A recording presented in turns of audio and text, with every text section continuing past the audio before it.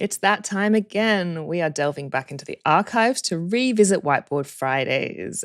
And this time I'm chatting with the wonderful Britney Muller. I had an absolute pleasure talking with her. One of the great things about working at Moz is the fantastic people that I get to work with every day, and also the fantastic people that I've had the opportunity to work with. And one of those people is absolutely Britney Muller, an ex-Mozzer, somebody who is very well regarded in the areas around AI and search marketing. So this one is definitely one to watch if you're trying to untangle the ideas around opportunity and threats when it comes to AI and search marketing. Her perspectives are really interesting. We had a fantastic chat. And do you know what? I'm not even going to waffle at the beginning of this episode. We're going to get straight into it. So thank you so much for joining me. And I hope you get as much out of this episode as I did. Thank you so much. Welcome to another Whiteboard Friday Revisited. Today, I'm joined by Britney Muller, where we will look back on her Whiteboard Friday from 2020, which was all about making LLM workflows accessible to marketers. This whole format is so that we can look back to make sense of what's happening now in the present, and, as we love to do, speculate on the future. Britney, thank you so much for joining me. Thanks so much for having me, Jo. I'm so excited to be here. It's such a pleasure to chat. You're somebody who many people in the industry will know as an SEO and AI expert.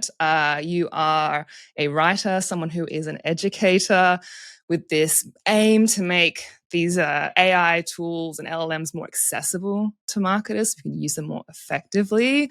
And you're someone who was really ahead of the curve on speaking about the impact of machine learning and LLMs on the search industry. That's a kind of broad introduction for you as a person. What am I missing here, Britney? What do you want people to know about you? I love that. I think that was a beautiful intro. I think something that I've really been focused on the last couple of years is empowering other people through AI education.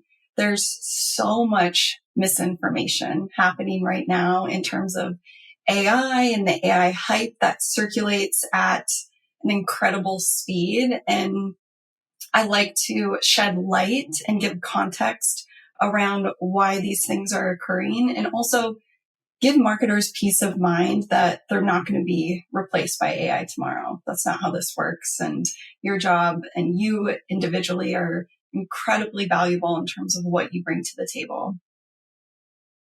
That is a beautiful mission and ambition. There's something so delightful about creating that reassurance for people because there's a lot of worry and a lot of concern. Yeah. And I think it's really misguided. Unfortunately, I understand why there is so much uncertainty and fear around the space because, media has bought into the hype just as much as everyone else. And so they're propelling these narratives that aren't based in reality. They're not based in facts or actual technology capabilities at this point. So shedding light on that and shedding light on why that hype cycle exists and really giving people the reassurance that the expertise that you bring to the table will be more important now and moving into the future than maybe ever before. I love that. And you must be somebody, I would see somebody who has had such a connection to this throughout its entire growth in the industry, seeing it all happen slowly, and then speeding up and all at once. Looking back at your Whiteboard Friday from 2020, which was all about creating these really tangible, accessible workflows, and looking back at that, I absolutely love the way you created that content because you were trying to make these tools, putting them into the hands of people so they could automate, be more effective, work more effectively, get better access to data and insights. How did it feel to you at the time when OpenAI launched ChatGPT and made it so available to people? Yeah, it's funny because when they released, I believe it was GPT 1.5 and then GPT 2, I had early access because I had, they had been on my radar since Elon founded it. And I was really curious to see what they were going to create and how they were going to do that. And so playing around with the early language models, they weren't all that impressive, right? Like they were a bit robotic sounding. GPT-2 was on massive amounts of Shakespearean text. And so it was actually quite romantic and whimsical and had this like goofy, like, yeah, personality to it sort of. And so that was really entertaining. And it was, throughout my journey, LLMs have always been on my radar. I remember at MozCon, one of the early MozCons actually, I demonstrated how I had built my very own excuse generator. And it was trained on the English language, and it generated an excuse of why I couldn't be at MozCon or something. Like it had John Mueller in it. It was something funny, but I kind of demonstrated those capabilities really, really early on. And then I showcased how you can use this to automatically write meta descriptions and better title tags. And at the time, that was such a foreign concept. I remember people telling me I was insane and actually like very seriously criticizing me for making these sort of leaps when I have been at the hackathons. I've been at these AI conferences. I know the current capabilities exist. And so I was just so excited about that. I knew where the puck was going. To be totally, frank, I didn't know what the puck exactly was going to look like. And I didn't expect LLMs to be the model that exploded in the way that it has through things like ChatGPT. I really thought we were going to see, I don't know, maybe predictive models or, like data models in terms of analysis and, surfacing sound statistical insights. I saw those applications early and very clearly, but I would have never put my money on like LLMs being the model to take off, because there are all these other incredible capabilities through other types of machine learning. And I think unfortunately right now with the current landscape, it's all whitewashed as AI. And so people don't understand that, over here, there's Midjourney. That's an image generator, right? That's a text to image model. Granted, it's generative AI, but that's not the same thing that the post office uses to automatically read text on envelopes to organize where to send them, right? That's image recognition or computer vision. And so these different areas of machine learning have yet to really be explored. And I'm just so excited to put that on marketers' radar of there's a whole other universe of capabilities and of models outside of these LLMs. Like, yes, this is great, but oftentimes it's not really the solution you want for what it is you're trying to accomplish. And so I guess coming back to your speaking before about these kind of news cycle and how it can perpetuate certain thoughts and how people can see, okay, how does that make me feel like I can be effective and relevant? There's also the idea that like certain types of solutions can just eclipse the thinking, when really, if we as a society want to become more efficient for lots of many reasons, we want to make more time, make more money, spend more time with our friends and families away from our computers. I mean, that's the hope, that there are a lot of other things. So is your hope that through exposure to this on one side, it then opens up our thinking towards these other solutions? Yes. And I would also even go as far to say that like knowing more about the hype cycle, why it exists, how the power of this industry lies in the hands of a very, very few people. Starting to shed context on, why they're really flexing these capabilities in terms of growth and, stock prices, and they see dollar signs, right? And the hype cycle, it might be one of the most brilliant PR strategies we've ever seen because it accomplishes multiple things at once. It gets investor attention, which fuels the AI engine anyways, right? We need runway. It also gets major media pickup. Media is eating this up left, right, and center. And then it gets the attention of users, right? And so it's wild how all of this kind of circulates, again, to support very few people in positions of power that are sort of driving this train forward and bleeding cash doing so. This is not currently making companies money, right? We have yet to really identify how or what that looks like. AI companies are bleeding cash and constantly trying to one up one another. So it really does feel like a bubble in terms of that hype.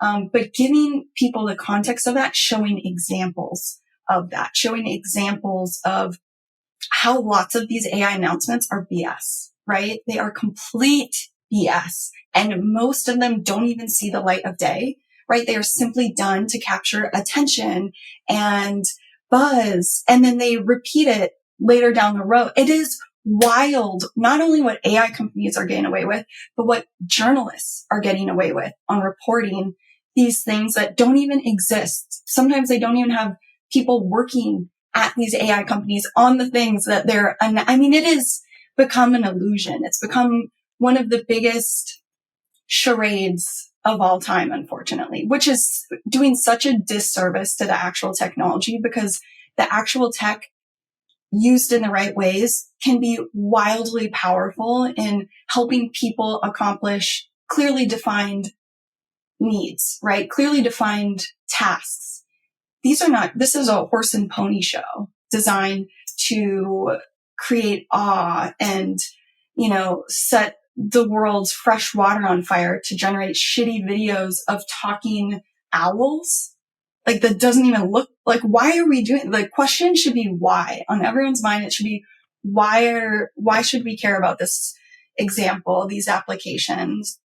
What, data is being collected here? And what are the ways in which we can really strategically think about all the other data driven models that are left, left on the back burner, out of everyone's mind, because everything's LLMs right now. So that's something I have a lot of fun, throughout my course, is shedding light on. Students will come forward with these different applications they want to solve for. And we walk through what that looks like with an LLM and why it's not qualified to do something like that. And how there's already these brilliant libraries and other models if necessary. A lot of times you don't even need a model. It's just connecting different automations together to solve for this thing. Yeah, I feel like I kind of went whoop, whoop, whoop. But I love the whoop, whoop, whoop. That's what we're here for. okay. You mentioned the environmental costs, and you've also spoken a lot about the way that some of these models can perpetuate societal biases. Yeah. And we're talking about, like you said, who's impacting what, who's affecting what, who's in charge here, who's, what. But then when it comes down to it, it's all about what can we as marketers do, and not just marketers, but anybody who has access to these tools, which is everybody. Yeah. What are some actual things that we can do? Is it just making sure that we're using them effectively in the day-to-day, like the same way that you'd switch your light off at home when you're not using it? Are you saying, is there little things that we can do to make sure that we're not having a big environmental impact?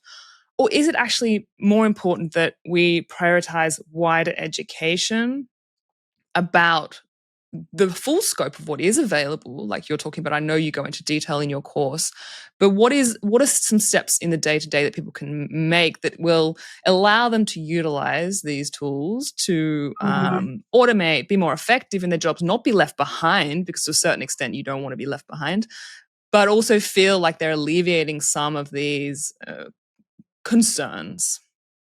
Yeah. Yeah, that's a really good question. So I'm going to break it out a little bit into two parts. So one, not wanting to feel left behind and wanting to use these tools in ways that are appropriate use cases in your day-to-day work can be very valuable. I also feel like the FOMO and being left behind is AI propaganda, right? There are a lot of research coming forward about how AI takes up more people's time and it makes mistakes and it makes you a worse writer and all of these things. And so to use it carefully, right? And in the ways in which it's actually providing provable value and provable results and impact.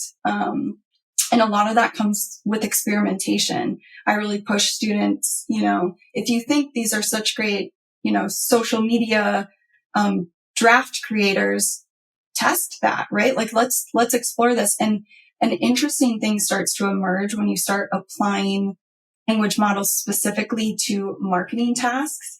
And it's this notion that having someone in the loop, having a human in the loop to clean things up, to refine it, to add another layer of expertise and personality makes all the difference in the world, right? The growing mountain of AI slop is not what you want to be a part of, right? You really want to set yourself apart from all of the lazy marketers, all of the lazy SEOs that are just churning out AI generated crap and making it better, right? Providing that lens of experience and real world information that AI can never touch, right? Those are real quotes. Those are real stories and opinions grounded in real life experiences. Those are like funny personality or anecdotes. So making sure that, you're crafting it in a way that makes sense. But I would also push back that it's the limiting factor, I think, in using a lot of this stuff is clarity of thought.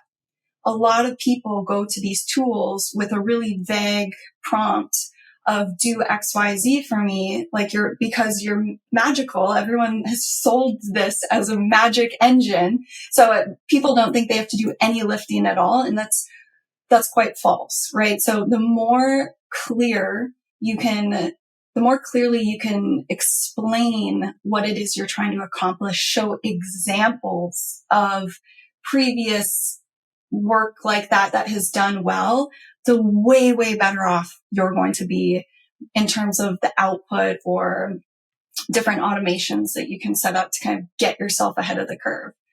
And then when it comes to environmental impact, this is such a huge thing that unfortunately, this is like how the hot dog is made, right? And these topics, the environmental topic, the bias, all of these things are topics that the AI companies brush under the rug. They are not vocal about it. They don't want to talk about it because it's bad PR. They don't even want to remind people that that these things exist. And in doing so, there's a complete lack of transparency around what this is costing environmental wise, what this is costing in terms of carbon footprint. And so I'm very mindful of the fact that users and marketers and SEOs like us, we don't have that visibility into what sort of carbon footprint we're creating through our use. I strongly advise anyone and everyone listening to this to push back on those AI companies. They need to be held accountable for how they're thinking about, these things. And they use this really manipulative PR tactic that I want to come up with a name for, but it essentially, the tactic is inevitability. They position this technology as if it's some biological evolution, which it's not. It is not, right? There are people in positions of power saying, we're going to do this and move this forward. This is not evolution. This is not some science to whatever, to truth or whatever that PR statement was recently. This is people making business decisions. And we have every opportunity, especially right now, before these things get so ingrained in our platforms and in our software, to push back against that and to ask more of these questions. And that's something I've been so impressed with, students and people I talk to, is the thoughtfulness of their questions around this stuff and wanting to know more about what is in this data? Why would we see something like this? How are they running their training? What is the environmental impact? How are they offsetting this? Are they, training in places that have renewable energy or, are fueled by, there's some cool data centers in different parts of the world, like Iceland, that uses thermodynamics, right? So heat from the earth. And how are they or cooling from the earth? How are they thinking about that stuff? And why aren't they talking about it? That's something we really need to push back on too. And something that has quite frankly been kind of scary recently is I've pushed back on different large companies and comms teams about this. And the fact that they're not responding or addressing it doesn't feel good, right? It makes it feel even like we're onto something, right? Like this is very clearly something that they don't want to address or solve for or think about right now, because their vision is over here on growing stock prices and competing in the AI landscape and not being left behind. And this is how, they're going to try to do that. Everything is so experimental as well that, it's just, what a wild, wild west moment, Jo. It's crazy. FOMO is such a powerful emotion. It's such a Yeah. charged emotion. It's something that I think, especially when, there are a lot of impacts, and I think people should be aware of the impacts. And I think it's, it's something that should be in people's minds, and we should be asking these questions and seeking to get answers so we can make better decisions. But, the impact happens in so many different ways. The one of the big ways that is impacting search in particular is it's affecting this informational organic traffic. And that traffic, for a lot of people, that's their business. That's what their business is structured on. So it does impact people's day-to-day lives and how their businesses are run. And so the search industry in particular has kind of had this 1-2 punch. So it's got this kind of like, a lot of industries are impacted because it's changing the way we're expected to work, or the content we're meant to be delivering, a deliverables shift, or you're meant to be having a more significant output. And the search industry's kind of got these 2 layers to it, in that it's changing the way we work, and it's also changing the way the impact that we have on the KPIs we speak to, and how we can speak to the value of the work that we're doing. What insight do you have in terms of what people can do to navigate that conversation? Like, are we meant to be shifting to speaking about visibility and LLMs? What does that look like for people? Where can we kind of look to as part of this conversation? Because I don't think it's just a conversation about, it's a change in the way that we can kind of generate leads, we can get in front of people. It is impacting the way businesses are run and the way the internet operates as well.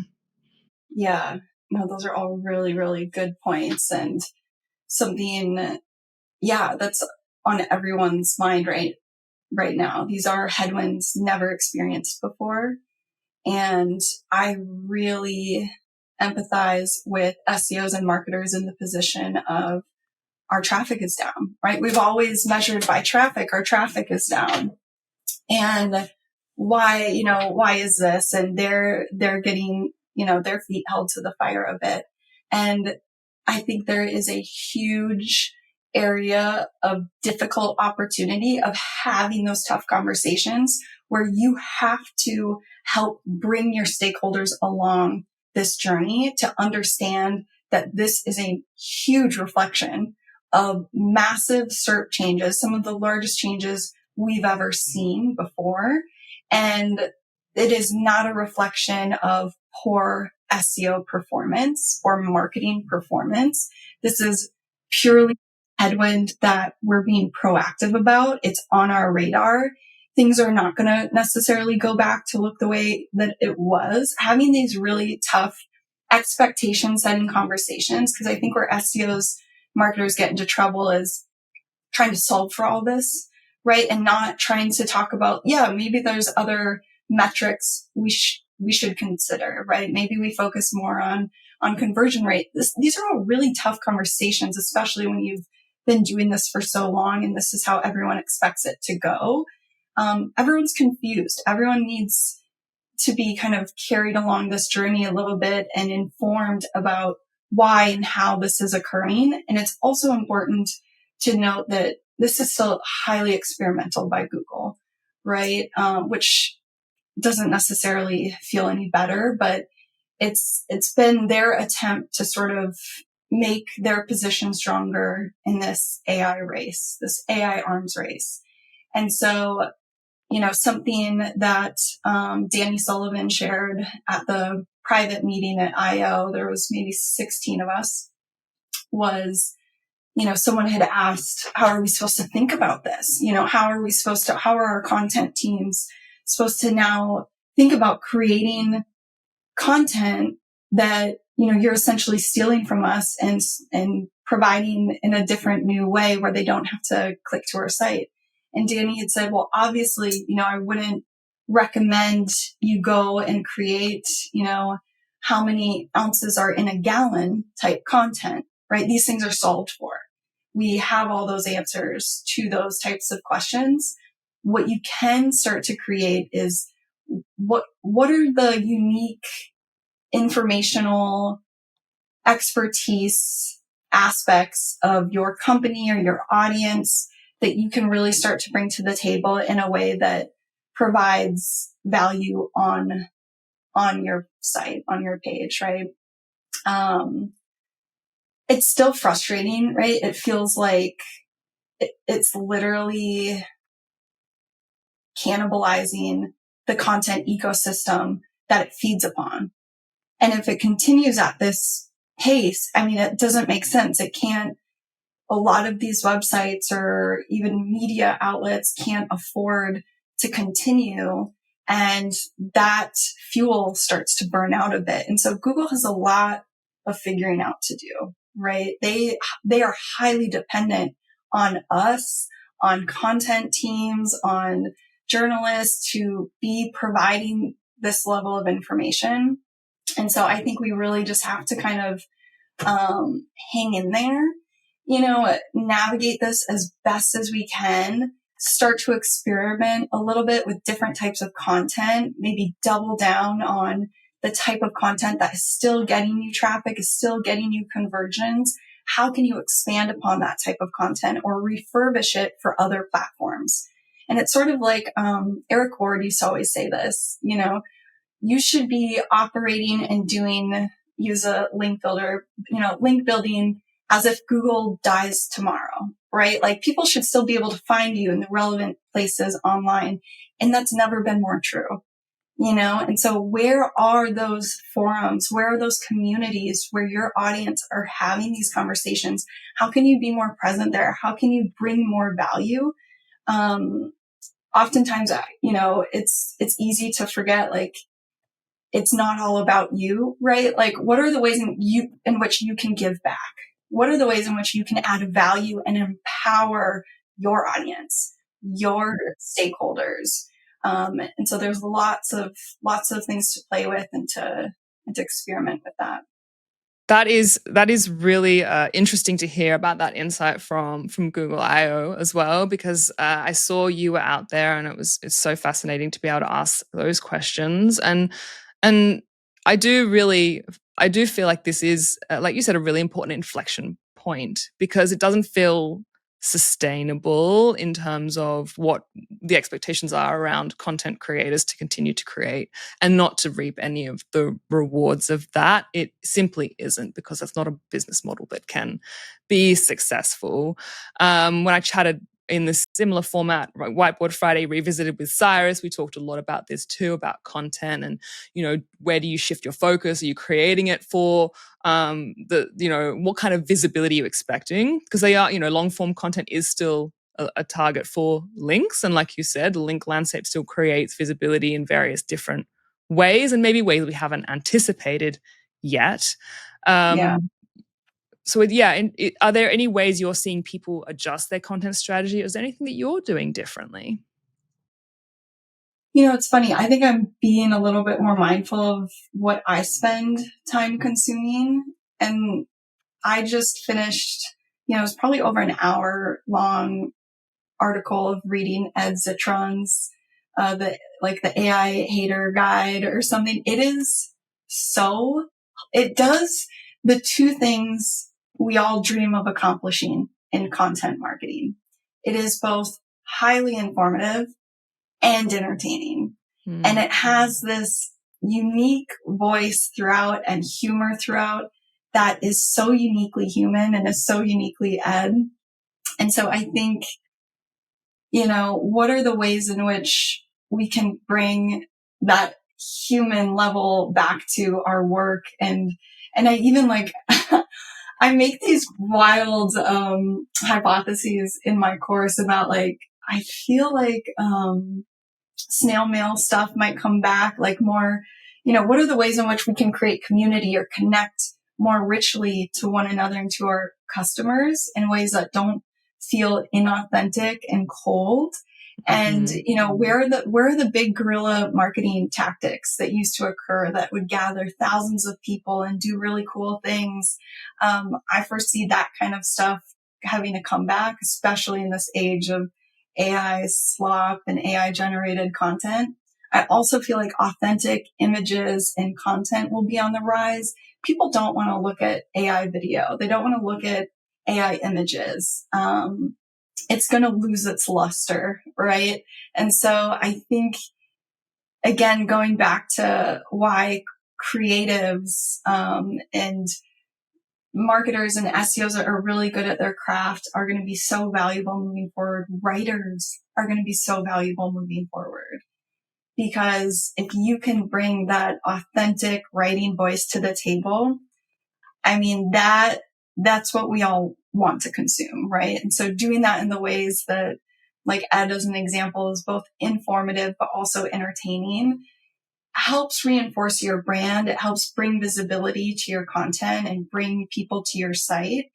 And it also sets you apart. I think oftentimes in SEO, we often talk about being the best or, world class at this or this. And what I've experienced the last, half a dozen years is those companies stand out that are different, right? There's a bunch of companies that do the same thing, but if you can stand out differently, do something different, experiment a little bit, have fun with it, right? Those start to get more attention.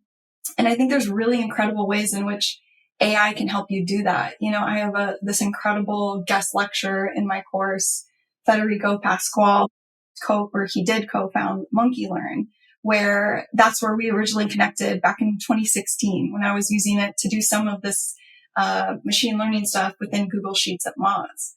And at Monkey Learn, they did lots of natural language processing, and they had this whole article that went completely viral around using natural language processing to consume and evaluate and do this analysis on 1 million hotel reviews.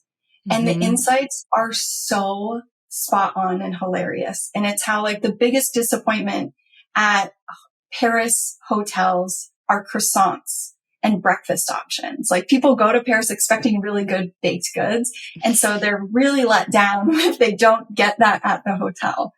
Bangkok had a huge spike in cockroach complaints than any other location that they had researched. London had a funny thing about the food. And then it was, where all the positives are too. But how incredibly insightful, right? If you're able to surface these types of insights by feeding massive amounts of real world text, real world data, and have an AI and LLM, analyze and sort through some of that. And I want to be careful because LLMs don't naturally do that. They're not natural language processing machines. They're simply language models that are predicting the next output. And so they will predictively analyze something, but there's all this other incredible NLP technology that can do that similarly to these hotel review analysis. And so what are the ways in which, you can get more creative in your content and SEO roadmap, right? What sort of data do you have on either your customers or audience or industry that you can surface in really interesting ways? And I think that's where we start to have fun again. And that's where things can naturally start to take off more than some of the just AI stuff. Right. Yeah. I like the idea of one of the ways you kind of sense check something is the idea of, like, is this any fun? Because if you're not having any fun, then why is the person consuming it going to be having any fun? What purpose does it serve? And it's a nice way to, like you said, bring it back to some kind of human emotion. It's a decision that you think, well, if I have fun doing this, if there's something in this. And also, similarly to making sure you put your money where your mouth is, or you put, you make sure you vote with your money, you vote with your time too. So Yes. Remain skeptical. If you're being, I mean, I get stuck in the doom scroll. I get stuck on the reels. You'll see me there. And Yeah. in time will slip by when I could have spent an hour reading something, content that is funded or is, my attention will go a long way to funding more things that are Yeah. worthwhile and are worthy and well researched and have perspective that is Yeah. going to be pivotal in making that next step to showing like this is what people actually want, because our time is so precious. Why save time automating if I'm going to burn it all on Instagram? Yeah, that's exactly right. That's such a good point, and something, yeah, that I think we as a community need to talk a little bit more about, and how do we navigate some of that, because it's so interesting to look at all of the current kind of SEO AI tools on the market right now. Large majority of them are leading with this productivity. We're going, exactly kind of to your point, we're going to save you all this time. We're going to do these things faster and expedite this process for you.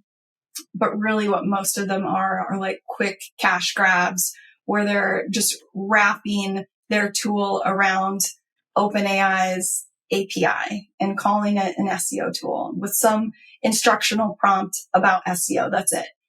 But there are different tools on the market that I get so excited about, Jo, because to your point, like time is money, like time is our greatest resource. And I think about the ways in which when I am tasked with getting really competitive with an SEO keyword for a client or, a company I'm working with, I go all in, right? I print out every single result on page 1 and usually page 2. And I will read through all of them multiple times with different colored markers, circling like this many talk about price ranges. These topics are covered here, here, and here. These have videos. Here's the average word count. Here's this. Like I'm just analyzing the hell out of the top ranking URLs, because Google is really showing their hand at what people want, right? Google knows what majority of people searching X desire at the end of the day. And they're showcasing that not only in what's being surfaced in search results, but how it's being surfaced, right? Are there these thumbnails of something specific, or what's the PAAs? Are there lots of videos? How is the menu changed? Like these are the nuances that I obsess over to create competitive ranking content that performs over years and years and years. And so that, like, my experience has been just like having this surgical approach to the SERPs. And I did this at Hugging Face. Federico and I got to work together at Hugging Face, this AI startup company. And I did this for BERT 101. I knew I loved this model ever since it came out. I wanted to create this guide, but I wanted to do it in a way that I knew would rank well over time. And it's still working and it's so fun to see, but I did it through that method. And Federico being, the other person on our marketing team, we worked kind of hand in hand on a lot of this stuff. He was doing the exact same thing and had been doing the exact same thing for over a decade as well. And so when we both kind of ended up moving on from Hugging Face, he created wordcrafter.ai. And he thought, this is exactly the type of a thing, this level of surgical research, this is exactly what LLMs are qualified to do, is to consume this context and surface a competitive brief without us having to take all of this time, usually multiple days, to do this ourselves. And it's just been so fun watching him create this in the right ways with all of these thoughtful features and additions to the tool, that I'm so excited to see things like WordCrafter continue to pop up in the right ways, where it's really SEO or marketing tools built by SEOs and who have strong context and knowledge of AI. So that's one that I just get so excited about. I think as well, some of the ways so thinking as well, everything we talked about, we're talking about the way we would like, so we want to save time, right? So it's like this kind of, we Yeah. want to find ways to improve our process and save time. We don't want to burn the planet. We don't want to burn the world's resources. Yeah. We don't want to create a future we don't want to exist in. We don't want to negatively perpetuate stereotypes that are, not ones that a future that we want to exist within. And so we kind of have to find that way of it kind of does come down to this idea of like, okay, what do I do day to day that's going to save me a significant amount of time whilst costing the right amount of resources. If I do it effectively, I give it the right context, I become better at prompting, I know exactly what I want to achieve at the end of it. I'm not just, okay, there's some testing period, but you have an intention of achieving a clear process and workflow using the correct model, or the correct LLMs, or the correct way of getting to the end result. There is a really clear and effective way of doing these things that has the correct trade-off, because everything does have a cost to it. And we want to regain time. And if you spend a lot of time faffing about, which I know, I've done it, I've been there, you don't know what you're doing, you kind of maybe you get an idea, you're experimenting, and that side of it is good as well. That there is a way to find a way through, that we do save these days, we do save these highlighters and downloading things and reviewing stuff and getting stuck. You move forward quicker and we come to solutions quicker. So there is a way to do it thoughtfully and effectively and still achieve what we want to achieve. And then going one step further and looking at the back end of these systems and what they are built on and what they're resourced with. The other thing, and I only know a little bit about this, is running your own. There's local AIs where you can kind of run it off of a system at home. You can use solar panels. You can set up a system in which you control. Have you tried things like that yourself? Yeah. I mean, I have multiple on-prem models that are just on my computer that, I'll be on a flight without Wi-Fi and I can query it. It's slow. It's much slower. And it's not as, maybe as high quality as some of the other models, but it's good, right? It gets like different questions I have or jobs done. Llama is a great one that you can actually connect to different internal resources. So you can create your own mini reg model on your computer. So I have it connected to certain documents and I can query against that or have it do different things. So that's super interesting. I would really say in terms of thoughtfully, identifying AI use cases and deploying them is to really start small. Really, really start small, like small. I feel like most of us tend to want to bite off more than we can chew, and it's demotivating to not see it solve this one thing, right? And so students that have different ideas around, I want to, analyze this data set or this PDF for XYZ, test that, right? Test that with Notebook LM, test that with Claude, test it with ChatGPT. Is it what you want, right? The whole idea of using AI in your day to day, it's a highly, highly iterative process. And people that don't have grit or don't do well with failure tend to have a really hard time exploring AI and their capabilities. You have to get really comfortable with failure because failure is quite literally the yellow brick road of using AI. No one, even AI engineers that I've worked with at AI companies, expect to get the necessarily best or right outcome of an LLM the first time they're prompting it.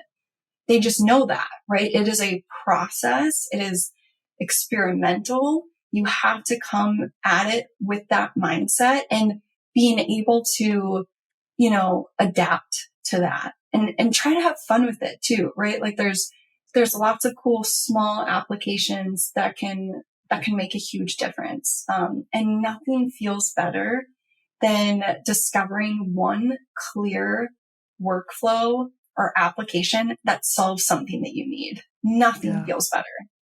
I work with a couple non-native English speakers who have spun up these Chrome extensions that have a language model and they use it when email, and it simply just checks for grammar and sentence structure to feel more confident sending out emails with just a quick pass of like, how does this read English wise? Things like that, right? When AI mode came out, I wanted to do that research of how many results are being provided and at what extent.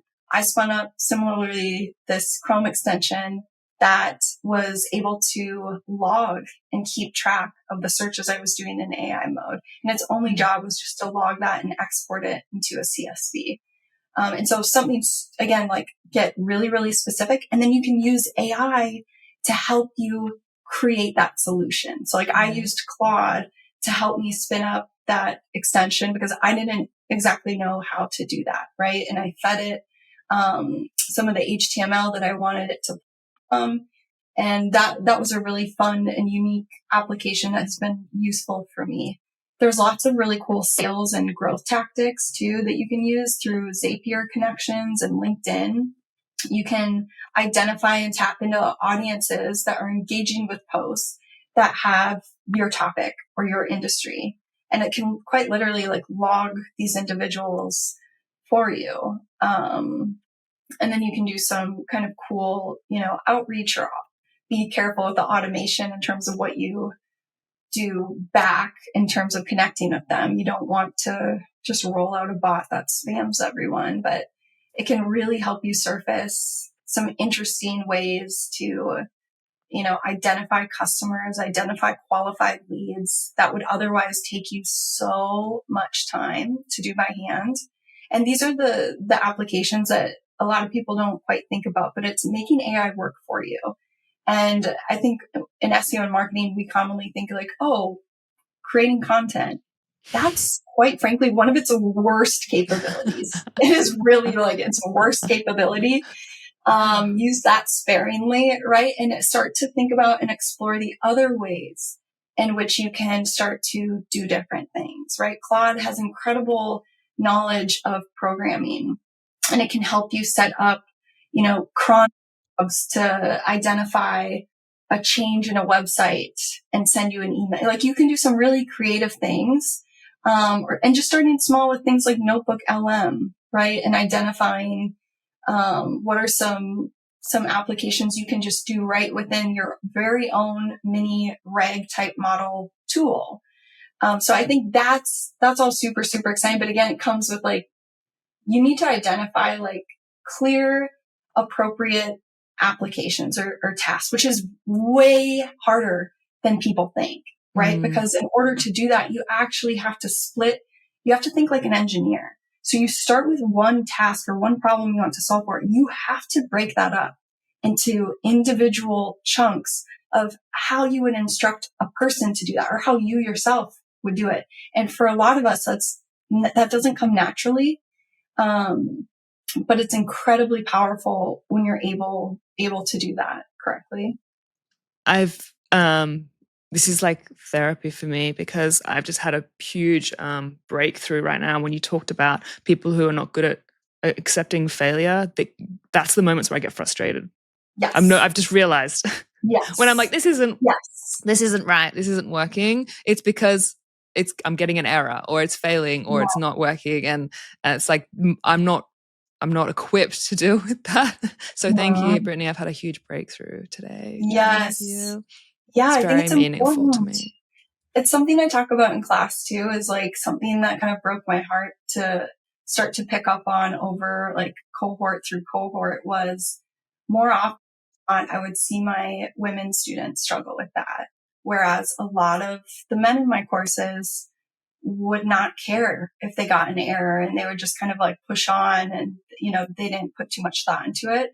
But I, like, very similarly to you, Jo, like I've been there. I've felt that a lot of like, oh fuck, I don't know how to do this. It's over my head. I don't, know this part of Python. What am I doing trying to run this? And you start to overthink it. You get in your own way. And that's where I think finding the right group of people to learn with, and finding like the right teacher, and that's not necessarily me, right? There's lots of incredible courses out there, but finding the right guide for you and that you can confidently explore this technology in a space like a collab notebook where you're not going to break anything, right? You're really not. And then just getting comfortable with that. We do like different exercises, and that's the whole point really, is